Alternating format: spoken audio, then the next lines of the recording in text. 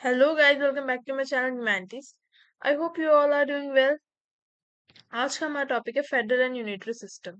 ठीक है, तो सबसे पहले हम देखेंगे जो फेडरल सिस्टम है। ठीक है, ये आया कहाँ से? ठीक है, इसका क्या एवोल्यूशन है? ठीक है, तो बुक में पहला टॉपिक है एवोल्यूशन ऑफ फेडरल सिस्टम। ठीक है, तो फर्स्ट फेडरल गवर्नमेंट हमारी कहाँ पे बनी? The United state of America में बनी। किस टाइम पे बनी? लेट 18th सेंचुरी में, यानी जब 18th सेंचुरी खत्म हो रही थी उसके टाइम पे क्या कौन सी गवर्नमेंट बनी? United state of America. क्या किस टाइप की? Federal government. ठीक है, इस टाइम पे क्या हुआ, 13 कॉलोनीज फ्री हुई थी ब्रिटिश कॉलोनियल रूल से। ठीक है, जो अमेरिका है, ठीक है, अमेरिका में डिफरेंट रीजन्स है, तो डिफरेंट रीजन्स में को कॉलोनी बनाया हुआ था ब्रिटेन ने। ठीक है, तो ब्रिटिश कॉलोनियल रूल से क्या हुई? फ्री हुई। ठीक है, किस वॉर के थ्रू हुई? वॉर ऑफ अमेरिकन इंडिपेंडेंस के थ्रू हुई। ठीक है, इसके बाद इन्होंने क्या किया, एक कॉन्फेडरेशन बनाया, ये संगठन बनाया 1789 में। ठीक है, गवर्न करने के लिए अमेरिका को, कि जो गवर्नेंस है वहां की वो सही हो सके। ठीक है, कि कोई अथॉरिटी आए जो यहाँ पे गवर्न करे। ठीक है, जिस लोग जो है जैसे भी फ्री हुए हैं कॉलोनियल रूल से, तो उनके बेटरमेंट के लिए काम किया जाए। ठीक है, तो होता क्या है, ये जो कॉन्फेडरेशन संगठन बनाया जाता है ये इनएडुकेट हो जाता है टू मेट द सिचुएशन। ठीक है, यानी कि ये सही से वर्क नहीं कर पाता है, तो फिर क्या, जो संगठन के लोग हैं वो फैसला करते हैं कि हमें फेडरल कॉन्स्टिट्यूशन ड्राफ्ट करना पड़ेगा। ठीक है, तो फेडरल कॉन्स्टिट्यूशन ड्राफ्ट किया जाता है। ठीक है, 1789 में। उसके बाद स्ट्रक्चर तय किया जाता है कि गवर्नमेंट वहां पे किस टाइप की होगी, किस टाइप से जो है गवर्नमेंट में पावर का डिवीजन होगा। तो पावर का डिवीजन कैसे गया? सेंटर, सेंटर में कौन रहेगा? जो पॉलिटिकल पार्टी इलेक्शन जीतेगी। ठीक है, जो भी पॉलिटिकल पार्टी इलेक्शन जीतेगी वो कहाँ रूल करेगी? सेंटर में। ठीक है, जो पॉलिटिकल पार्टी इलेक्शन जीतेगी वो रूल करेगी सेंटर में। और इससे अमेरिका के डिफरेंट रीजन है। ठीक है, जिस रीजन से जो रिप्रेजेंटेटिव जीतेगा वो कहाँ रूल करेगा? स्टेट में रूल करेगा। ठीक है, तो सेंटर और स्टेट के बीच में हमें क्या देखने को मिल रहा है? डिवीजन ऑफ पावर देखने को मिल रहा है। जैसे कि हम अमेरिका एग्जांपल लेंगे, तो मान लो सेंटर में किसकी सरकार है? ट्रम्प की है। अभी करंटली देखेंगे तो डोनाल्ड ट्रम्प जो है वहां के प्रेसिडेंट है। ठीक है, और स्टेट जो होता है, में स्टेट में किसका रूल चलता है? जो वहां का रिप्रेजेंटेटिव है, जो वहां से इलेक्शन जो है कॉन्टेस्ट हुए हैं वो जीता है, उसका रूल चलेगा स्टेट में। ठीक है, अमेरिका में जिसको सीनेट कहते हैं। तो इक्वल रिप्रेजेंटेशन दिया गया स्टेट को भी, यानी स्टेट और सेंटर की पावर क्या है? डिवाइडेड है। ठीक है, दोनों के पास अपनी अपनी पावर्स है सेपरेटली। ठीक है, इससे ये भी इंश्योर होता है, यानी कि इस स्ट्रक्चर से, ये जो फेडरल गवर्नमेंट स्ट्रक्चर बनाया गया, इससे ये इंश्योर होता है कि कॉन्स्टिट्यूशन में जब भी कभी भी अमेंडमेंट लाना होगा तो खाली सेंटर अपनी मर्जी से अमेंडमेंट नहीं ला सकती है, यानी कि जो स्टेट है उनका कंसेंट भी इम्पोर्टेंट है। यानी 3/4 ऑफ द, जब तक स्टेट के जो मेंबर हैं वो एग्री नहीं करेंगे कॉन्स्टिट्यूशन में अमेंडमेंट के लिए, तब तक सेंटर कोई भी चेंज कॉन्स्टिट्यूशन में नहीं ला सकती है। अब कौन कौन सी कंट्रीज हैं, ठीक है, जो प्रैक्टिस कर रही है फेडरल सिस्टम? वो है कनाडा, ऑस्ट्रेलिया, इंडिया और नाइजीरिया। ठीक है, तो अब बुक के हिसाब से हम पहले पढ़ेंगे इंडिया का। ठीक है, इंडिया में किस टाइप से फेडरल सिस्टम है? ठीक है, इंडिया के केस में हमें डिवोल्यूशन ऑफ पावर देखने को मिलता है फ्रॉम द यूनियन और सेंटर टू द स्टेट और प्रोविंस, यानी कि एक तरीके से स्ट्रक्चर देखो, यूनियन का मतलब, यूनियन और सेंटर का मतलब एक ही होता है। ठीक है, जैसे मान लो कि सेंटर है। ठीक है, सबसे ऊपर क्या है? सेंटर है। सेंटर में किसकी पावर होती है? जो गवर्नमेंट इलेक्शन जीतती है। ठीक है, जैसे भी करंटली किसकी पावर है सेंटर में? नरेंद्र मोदी। ठीक है, बीजेपी है पावर में सेंटर में। ठीक है, उसके बाद कहा जाती है स्टेट। ठीक है, अलग अलग स्टेट में जो है अलग अलग रिप्रेजेंटेटिव है, जैसे कि हर स्टेट का सीएम अलग है। ठीक है, सेंटर और स्टेट के बीच में पावर डिवाइडेड है, बट किस टाइप से, कैसे जो है हमारे यहाँ फेडरल स्ट्रक्चर जो है स्टेब्लिश हुआ? तो पहले हम थोड़ा हिस्टोरिकल बैकग्राउंड देखेंगे, कहाँ से हुआ। तो गवर्नमेंट ऑफ इंडिया एक्ट आया 1935 में, जिसने अटेम्प्ट किया फेडरेशन, मतलब फेडरल सिस्टम को स्टैब्लिश करने का अटेम्प्ट किया गया गवर्नमेंट ऑफ इंडिया एक्ट 95 के थ्रू। और उसमें ऐसा ये भी रखा गया कि जो प्रिंसली स्टेट होंगे, यानी पहले क्या होता था इंडिपेंडेंस से पहले, जो राजा महाराजा थे ना वो डिफरेंट अलग अलग अपना जो रीजन एक तरीके से टेरिटरी को गवर्न करते थे। ठीक है, तो उन सबको भी मर्ज करने की कोशिश की गई through government of India act 1935, but वो फेल हो गए। ठीक है, यानी कि प्रिंसली स्टेट को मर्ज नहीं कर पाए। तो इंडिपेंडेंस के बाद, ठीक है, जब कॉन्स्टिट्यूंट असेंबली बनी, ठीक है, जब कॉन्स्टिट्यूट लिखा तो हुआ है यहाँ पे, एक सेकेंड, जब कॉन्स्टिट्यूंट असेंबली बनी इंडिपेंडेंस के बाद, तो जो कंट्री थी ठीक है, उसको डाइवर्सिटी के बेसिस पे और लिंग्विस्टिक और एथनिक बेसिस पे क्या किया गया, रीऑर्गेनाइज किया गया। मतलब जो प्रिंसली स्टेट को मर्ज करने के लिए इंडिया का जब एक तरीके से यूनिफिकेशन हुआ ना, तो वो किस टाइप से हुआ कि प्रिंसली स्टेट को मर्ज करने के लिए जो है रीजन्स को बांटा गया उनके कल्चर के बेस पे, भाषा के बेस पे, ठीक है, और फिर फेडरल स्ट्रक्चर को स्टैब्लिश करने की कोशिश की गई। ठीक है, अब देखो कितने टाइप के जो हमें फेडरल सिस्टम देखने को मिलता है। Federal system is when the state share the sovereignty and deliberately came together to form a federation, यानी कि एक टाइप हमें ये देखने को लिए मिला है जहाँ पे जो फेडरल सिस्टम है उसमें स्टेट और सेंटर दोनों क्या करते हैं, अपनी पावर को शेयर करते हैं और गवर्नमेंट मतलब गवर्नमेंट बना लेते हैं, यानी सरकार बना लेते हैं। ठीक है, second, when the characterization of a particular political system are federal in nature but with strong centralization tendency, जैसे कि आपको इंडिया में देखने के लिए मिलेगा कि जो मेन पावर है ना वो सेंटर के हाथ में ही है। ठीक है, मेन पावर किसके हाथ में रहती है, सेंटर के हाथ में। स्टेट, हालांकि स्टेट के पास भी अपने कुछ पावर्स होते हैं, सेपरेट पावर्स होती है, बट स्टेट उतना पावरफुल नहीं है जितना क्या है, सेंटर है। इसलिए हमारी जो स्ट्रक्चर है गवर्नमेंट का उसको क्वासी फेडरल स्ट्रक्चर भी कहा जाता है। ठीक है, थर्ड क्या है, there are decentralize union which through being primary unitary have various subnational units considerable autonomy. ठीक है, जिस टाइप की गवर्नमेंट में कहा देखने को मिली, स्कॉटलैंड और यूके में। ठीक है, डिसेंट्रलाइज यूनियन से क्या मतलब है कि यहाँ पे क्या होता है, डिसेंट्रलाइजेशन होता है, यानी कि पावर जो है सिर्फ सेंटर और स्टेट तक सीमित नहीं है। सेंटर तो है ही, ठीक है, स्टेट भी है, पर स्टेट के आगे भी जो है लोकल लेवल पे भी हमें जो है देखने के लिए मिलता है कि पावर का डिस्ट्रीब्यूशन, लोकल लेवल पे भी पावर का डिस्ट्रीब्यूशन किया गया है। ठीक है, कहाँ पे देखने के लिए मिलता है, स्कॉटलैंड और यूके। नेक्स्ट हम देखेंगे क्या फीचर है फेडरलिज्म के। ठीक है, पहला है डिवीजन ऑफ पावर। ठीक है, डिवीजन ऑफ पावर जैसे मैंने आपको बताया कि फेडरल गवर्नमेंट में सेंटर और स्टेट के बीच में क्या होता है, पावर का डिवीजन होता है। ठीक है, इसके अलग टाइप हो सकते हैं बट जो मेन कंपोनेंट है सेंटर और स्टेट रहेंगे ही। ठीक है, जैसे हमने काइंड्स में देखा कि अलग अलग तरह से होता है, कहीं पे सेंटर ज्यादा पावरफुल है, कहीं पे सेंटर और स्टेट जो है बहुत कोऑर्डिनेट करके चल रहे हैं, कहीं पे ऐसा भी देखने को मिलता है कि सेंटर और स्टेट के पास तो पावर है ही बल्कि और लोअर लेवल पे भी डिस्ट्रीब्यूशन में पावर का देखने के लिए मिलता है। ठीक है, अब जो जुरिडिक्शन है बाय स्पेसिफाइंग सब्जेक्ट, यानी कि सेंटर का एरिया सेंटर का एरिया ऑफ जुरिडिक्शन अलग है, जहां पे मतलब सेंटर रूल बनाएगी या पॉलिसी बनाएगी। ठीक है, सेंटर का एरिया ऑफ जुरिडिक्शन अलग है और स्टेट का जो एरिया ऑफ जुरिडिक्शन है वो अलग है।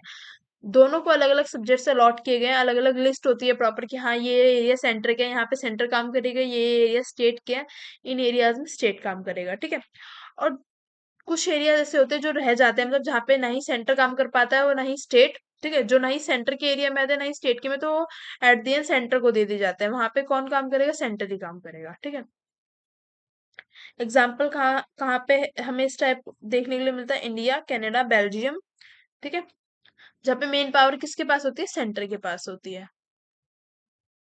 सेकंड फीचर क्या है, रिटन कॉन्स्टिट्यूशन।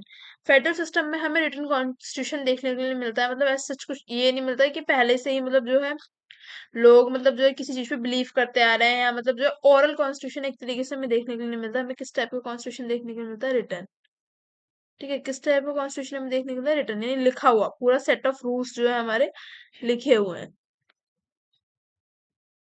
ठीक है, बोथ सेंटर जो है अपनी पावर ड्राइव करती है कॉन्स्टिट्यूशन से, यानी जो सेंटर की क्या पावर्स हैं, स्टेट की क्या पावर है, वो कहाँ से पता चलती है, रिटर्न कॉन्स्टिट्यूशन से। ठीक है, every power of executive, legislative और judiciary whether it belong to central state, यानी कि जो हमारे थ्री ऑर्गन्स है, एग्जीक्यूटिव, लेजिस्लेटिव और जुडिशरी, तीनों की पावर चाहे वो सेंटर हो चाहे स्टेट, कौन कंट्रोल करता है, कॉन्स्टिट्यूशन। ठीक है, सेंटर और स्टेट कोई भी जो है लॉ नहीं बना सकते, ना ही सेंटर जो है अपने जो एरिया ऑफ जुडिक्शन है उससे कोई भी लॉ बना सकती है जो कि कॉन्स्टिट्यूशन को वायलेट करे। ठीक है, कॉन्स्टिट्यूशन के अगेंस्ट जाके मतलब कोई भी सेंटर या स्टेट दोनों में से कोई भी लॉ नहीं बना सकते, कोई भी कानून नहीं बना सकते। थर्ड क्या है, जुडिशियल रिव्यू। ठीक है, they is necessary to have a body above both the federal government and state government to decide whether they are operating within the power given to them, यानी judicial review basically judiciary की power है। Judicial review से judiciary के पास ये power है कि वो कोई भी बाई चांस लॉ बना रही है, ठीक है, स्टेट हो चाहे सेंटर, उसको रिव्यू कर सकती है, देख सकती है कि वो कॉन्स्टिट्यूशन के अकॉर्डिंग है या नहीं, कॉन्स्टिट्यूशन को वायलेट मतलब कॉन्स्टिट्यूशन किसी लॉ को वायलेट तो नहीं कर रहे हैं, या कॉन्स्टिट्यूशन के अगेंस्ट तो नहीं जा रहे हैं, ठीक है। अब कोई भी लीगल डिस्प्यूट होगा स्टेट और सेंटर के बीच में, ऑब्वियसली पता है स्टेट और सेंटर किसी भी मुद्दे पे लड़ेंगे या कुछ भी जो है उनमें आपस में डिस्प्यूट होगा या डिसएग्रीमेंट्स होंगे, तो उसको कौन रिजोल्व करेगा? कोर्ट, सुप्रीम कोर्ट बेसिकली, ठीक है। कौन रिजोल्व करेगा? Supreme court. It can declare any act और लॉ अनकॉन्स्टिट्यूशनल और void, यानी किसी भी कोई भी लॉ जो सेंटर या स्टेट लाना चाह रहा है अपने अपने एरिया में, से मान लो स्टेट कोई लॉ लाना चाह रहा है, सेंटर कोई लॉ लाना चाह रहा है, अगर उसको जुडिशरी जो है, अगर जुडिशरी को लगता है कि वो अनकॉन्स्टिट्यूशनल यानी कॉन्स्टिट्यूशन के अकॉर्डिंग नहीं है, तो वो उसको वॉइड, ठीक है, वॉइड जो है बोल सकते हैं, अनकॉन्स्टिट्यूशनल बोल के खारिज कर सकते हैं, ठीक है। कैसे जो है फेडरलिज्म का जो नेचर है वो चेंज हो रहा है, ठीक है। हिस्टोरिकली देखेंगे तो जॉन्स एल्फिसिस करके एक जर्मन थिंकर हुए हैं, ठीक है, 17th सेंचुरी में, जिन्होंने बोला every human association is form by a pact, ठीक है, it forms the fundamental basis for living together which then further leads to formation of federal union. देखो, कॉन्स्टिट्यूशन का हम एग्जांपल लेंगे, जैसे कॉन्स्टिट्यूशन का एक सेट ऑफ रूल्स है जिसके अकॉर्डिंग पूरी कंट्री का गवर्नेंस हो रहा है, ठीक है, पूरी कंट्री को गवर्न किया जा रहा है। इस टाइप से इन्होंने बोला है कि कोई भी ह्यूमन एसोसिएशन यानी ग्रुप ऑफ पीपल तभी बनती है जब कोई एक मतलब पैक्ट बने यानी कुछ सेट ऑफ रूल्स बने, तभी जो है ह्यूमन एसोसिएशन फॉर्म होती है, ठीक है। और तभी जो क्या होता है, पावर का भी डिवीजन होता है, ठीक है। इन्होंने यही बोला बेसिकली, ठीक है। कोऑपरेटिव फेडरलिज्म, देखो कोऑपरेटिव फेडरलिज्म क्या होता है, जहाँ पे स्टेट और सेंटर दोनों क्या करते हैं, कोऑपरेट करके जो है चलते हैं, उसी को कोऑपरेटिव फेडरलिज्म कहते हैं, ठीक है। जो मेन जो फोकस होता है किस पे होता है, लोगों के वेलफेयर के लिए होता है, ना कि अपने पर्सनल पर्सनल अपना मतलब वो लोग नहीं देखते हैं ऐसा कुछ भी, उनका जो मेन फोकस होता है वो लोगों के वेलफेयर के लिए होता है, ठीक है। जिससे वो कोऑपरेट होके कोई मतलब बीच कोऑपरेट होके जो जॉइंट सॉल्यूशंस निकालते हैं लोगों के वेलफेयर के लिए, ठीक है। बेसिकली कोऑपरेट होके वो गवर्न करते हैं पूरी कंट्री को या रीजन को, ठीक है। सेल्फ रूल, यहाँ पे ये सेल्फ रूल लिखा हुआ है, एक सेकेंड,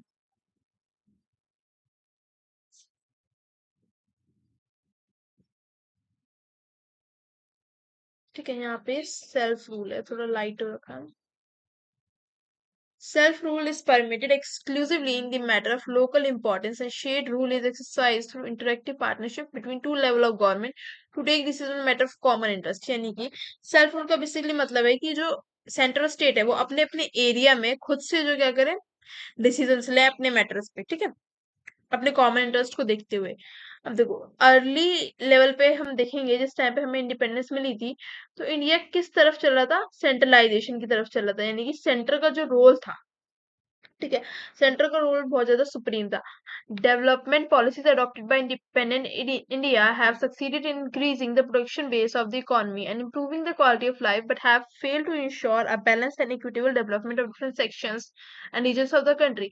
यानी कि जिस टाइम पे इंडिपेंडेंस मतलब इंडिया आजाद हुआ, उस टाइम पे इंडिया किस टाइप की पॉलिसीज को अडॉप्ट कर रहा था, जो कि इकोनॉमिकली जो बेनिफिट दे सके उन्हें, यानी इकोनॉमी को इम्प्रूव करने के लिए जो लोग थे उस टाइम पे उनकी क्वालिटी ऑफ लाइफ को इम्प्रूव करने के लिए इस टाइप की पॉलिसीज वो क्या कर रहा था, बना रहा था, बट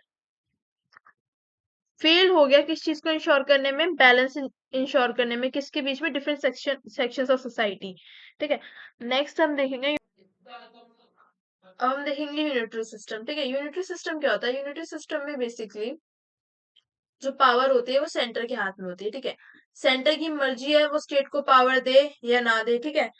ये कितनी पावर देनी है भी कौन डिसाइड करेगा, सेंटर डिसाइड करेगा।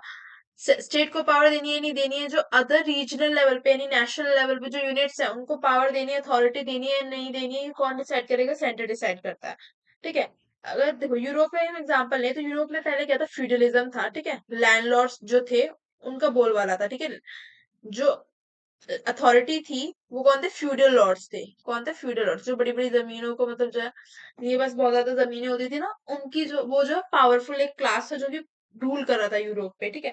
जब ये फेडरलिज्म का डिक्लाइन हुआ, ठीक है, फेडरलिज्म का डिक्लाइन हुआ तो यूरोप में भी हमें फेडरल यूनिटरी सिस्टम जो है देखने के लिए मिला, ठीक है, सॉरी फेडरल यूनिटरी सिस्टम, ठीक है, जहाँ पे जो है सेंट्रल लेवल पे कोई भी सेपरेशन ऑफ पावर नहीं था, नो डिवीजन ऑफ पावर हमें देखने के लिए मिला। सेंट्रल गवर्नमेंट जो है डिवॉल्व कर दी थी पावर को at lower level if it find difficult to administer the entire state by itself, यानी कि सेंट्रल लेवल पे जो अथॉरिटी है, मान लो जो रूल कर रही है कोई भी पार्टी जो है रूल कर रही है, वो तब जो है लोअर लेवल पे जो है पावर का डिस्ट्रीब्यूशन करेगी या डिवॉल्व करेगी पावर को, अगर उसे एडमिनिस्ट्रेशन करने में प्रॉब्लम आ रही है। यानी मान लो रीजन बहुत बड़ा है, ठीक है, उसको एडमिनिस्ट्रेशन जो प्रोसेस है उसमें प्रॉब्लम आ रही है, तब वो लोअर लेवल पे जो है रीजन देगी कि स्टेट्स को कि हाँ आप ये रीजन है, ये आप गवर्न करो। उसमें भी एक चीज ये है कि जो पावर है वो डिसाइड कौन करेगा, सेंटर ही डिसाइड करेगा कि किस स्टेट के पास कितनी पावर रहेगी। ठीक है, एक तरीके से ये स्टेट की पावर को लिमिट ही रखता है अपनी पावर सुप्रीम दिखाने के लिए। ठीक है, अब देखो यूनिटी गवर्नमेंट में कोई भी कॉन्स्टिट्यूशन नहीं होता है। ठीक है, जो सेट ऑफ रूल्स है वो बेसिकली ओरल होता है, यानी कि वो अपने आप से मतलब बताते हैं कि हाँ ये रूल्स हैं, कोई भी रिटन कॉन्स्टिट्यूशन नहीं होता। ओरली जो ओरल एक तरीके से ओरली जो है वो ट्रांसमिट जो होते आ रहे हैं ना कानून, वो ही उन्हें पता होता है। रिटन कॉन्स्टिट्यूशन ऐसा कुछ नहीं है, जैसे इंडिया में भी है, यानी बहुत अदर कंट्रीज में भी रिटन कॉन्स्टिट्यूशन है। जो भी फेडरल सिस्टम को लोग प्रैक्टिस कर रहे हैं वहां पे रिटन कॉन्स्टिट्यूशन है। ठीक है, और जहाँ पे भी यूनिटरी गवर्नमेंट है वहां पे रिटन कॉन्स्टिट्यूशन नहीं है। ठीक है, इसलिए जो है यहाँ का कॉन्स्टिट्यूशन रिजिड भी नहीं है। ठीक है, क्योंकि वो ओरल है एक तरीके से। ठीक है, रिजिड नहीं है तो वहां पे हमें कोई भी जो है अमेंडमेंट करेंगे, ठीक है, जो अमेंड कॉन्स्टिट्यूशन में किसी भी रूल को या लॉ को चेंज करना होगा तो वो बहुत ज्यादा इजी हो जाता है सेंटर के लिए। ठीक है, सेंटर इजीली जो है क्या कर सकती है, कोई भी रूल को चेंज कर सकती है, बिकॉज वहां पे जो स्टेट की अथॉरिटी जो है बहुत ज्यादा कम है। यानी स्टेट के पास पावर क्या है, बेसिकली स्टेट जो अपनी पावर ड्राइव कर रहा है किससे कर रहा है, सेंटर से ही ड्राइव कर रहा है। ठीक है, तो स्टेट का जो रोल है वो नाम चारे का है। ठीक है, मामूली रोल है बहुत। ठीक है, डैनियल जेड लेजर ने बोला है कि यहाँ पे क्या होता है, हिरार्कियल हमें एक तरीके से देखने को मिलता है, यानी कि जैसे सेंटर है। ठीक है, सेंटर अपनी पावर के सेंटर के पास पावर है सुप्रीम। ठीक है, सेंटर क्या करेगा, सेंटर की मर्जी है वो स्टेट को दे या ना दे। या अदर जो नेशनल यूनिट्स हैं लोअर लेवल पे, स्टेट भी तो बड़े बड़े होते हैं ना, अब स्टेट के नीचे मान लो लोअर लेवल पे जो नेशनल यूनिट्स हैं वो भी स्टेट की मर्जी है, उन्हें पावर दे या ना दे। ठीक है, इन्होंने ये बोला था। अब हम डिफरेंस देख लेते हैं, क्या फेडरल और यूनिटरी में क्या डिफरेंस है। सोर्स ऑफ पावर क्या है, यानी पावर कहाँ से मिल रही है फेडरल सिस्टम में, पावर कहाँ से आ रही है, कॉन्स्टिट्यूशन से आ रही है। प्रॉपर जो कैसा कॉन्स्टिट्यूशन है, रिटर्न है। ठीक है, किस टाइप का कॉन्स्टिट्यूशन है, रिटर्न है। एक सेकेंड,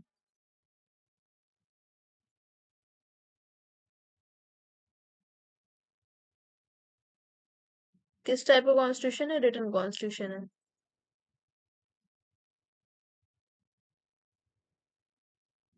ठीक है, किस टाइप का कॉन्स्टिट्यूशन, रिटर्न है। कितनी प्रॉब्लम हो रही है, एक सेकेंड सॉरी।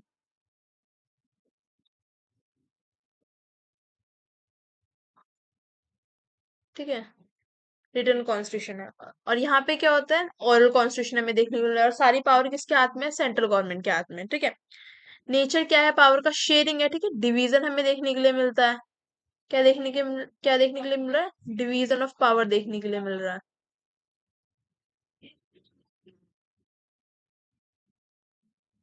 डिवीजन देखने के लिए मिल रहा है पावर का। और unity form of government, the power which is devolve और decentralized and not of permanent nature and can be type by the central authority without the consent of the lower unity. यानी कि यहाँ पे जब centre क्या करती है, state को पावर देती है जब से डिफिकल्टी होती है एडमिनिस्ट्रेशन करने में। ठीक है, जब वो पावर देती है तो जो सेंट्रल गवर्नमेंट है, जो सेंटर में जो गवर्नमेंट है उसके पास ये हक भी है कि जब वो चाहे स्टेट से पावर ले भी सकती है। मान लो बाई चांस स्टेट जो है, ठीक है, सेंटर के अगेंस्ट जा रही है और अपनी पावर का यूज कर रही है, तो सेंटर के पास ये भी हक है कि सेंटर जब चाहे अपने आप जो है मतलब अपने मन से जो है पावर ले भी सकती है स्टेट से वापस। या अदर जो सब यूनिट्स हैं, जो नेशनल यूनिट्स हैं, उनसे भी जो क्या कर सकती है, पावर ले सकती है।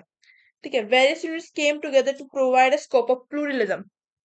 स्कोप ऑफ प्लूरलिज्म का क्या मतलब है, यहाँ पे मल्टीपल पार्टी सिस्टम होता है, यानी मल्टीपल जो पार्टी हमें देखने के लिए मिलती है। पर ठीक है, मेन ऑब्जेक्टिव क्या होता है यहाँ पे, इफेक्टिव एडमिनिस्ट्रेशन का होता है इन यूनिटरी फॉर्म ऑफ गवर्नमेंट में। ठीक है, और जो फेडरल गवर्नमेंट होती है वहां पे हमें जो है मल्टीपल पार्टीज देखने के लिए मिलती है, बट यहाँ पे जो मेन ऑब्जेक्टिव क्या है कि बस इफेक्टिव एडमिनिस्ट्रेशन हो, यानी कि जो गवर्नेंस है वो ठीक तरीके से हो। ठीक है, फेडरल में नेक्स्ट पॉइंट है डिसेंट्रलाइजेशन वर्सेस नॉन सेंट्रलाइजेशन। ठीक है, इसको एक बार रिप्लेस कर दो, इधर साइड आएगा यूनिटरी। ठीक है, यहाँ पे होगा यूनिटरी और यहाँ पे होगा फेडरल।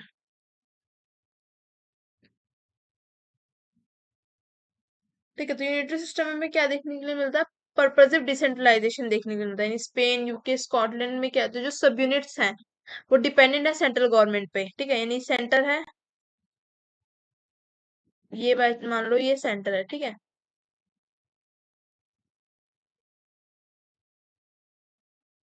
आज प्रॉब्लम हो रही है बहुत ज्यादा, काम नहीं कर रहा बिल्कुल भी टच पैड। ठीक है, ये मान लो ये सेंटर है, ये स्टेट है। ठीक है, स्टेट है। ठीक है, इसके नीचे क्या है? सब यूनिट्स हैं।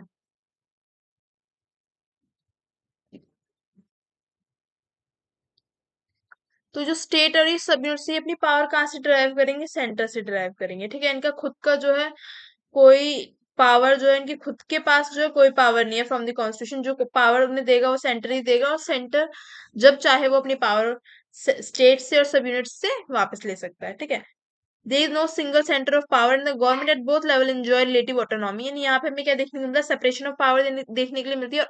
और अथॉरिटी जो है, सुप्रीम अथॉरिटी सेंटर के पास है, पर एक बेसिकली दोनों के पास अपने अपने जो क्या है, अलग अलग जो है एरियाज हैं जहाँ पे वो गवर्न करते हैं। उनके पास दोनों के पास जो है पावर है equally.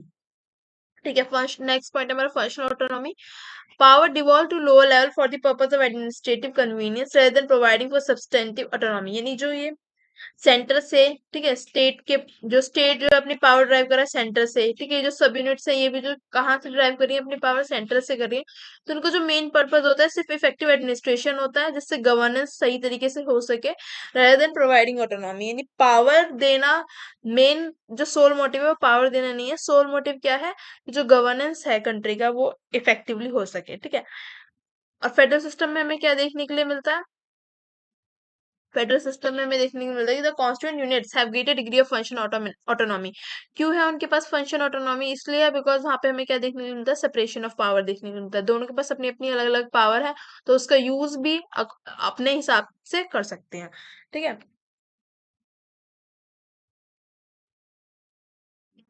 Thanks for watching the thanks for watching the lecture.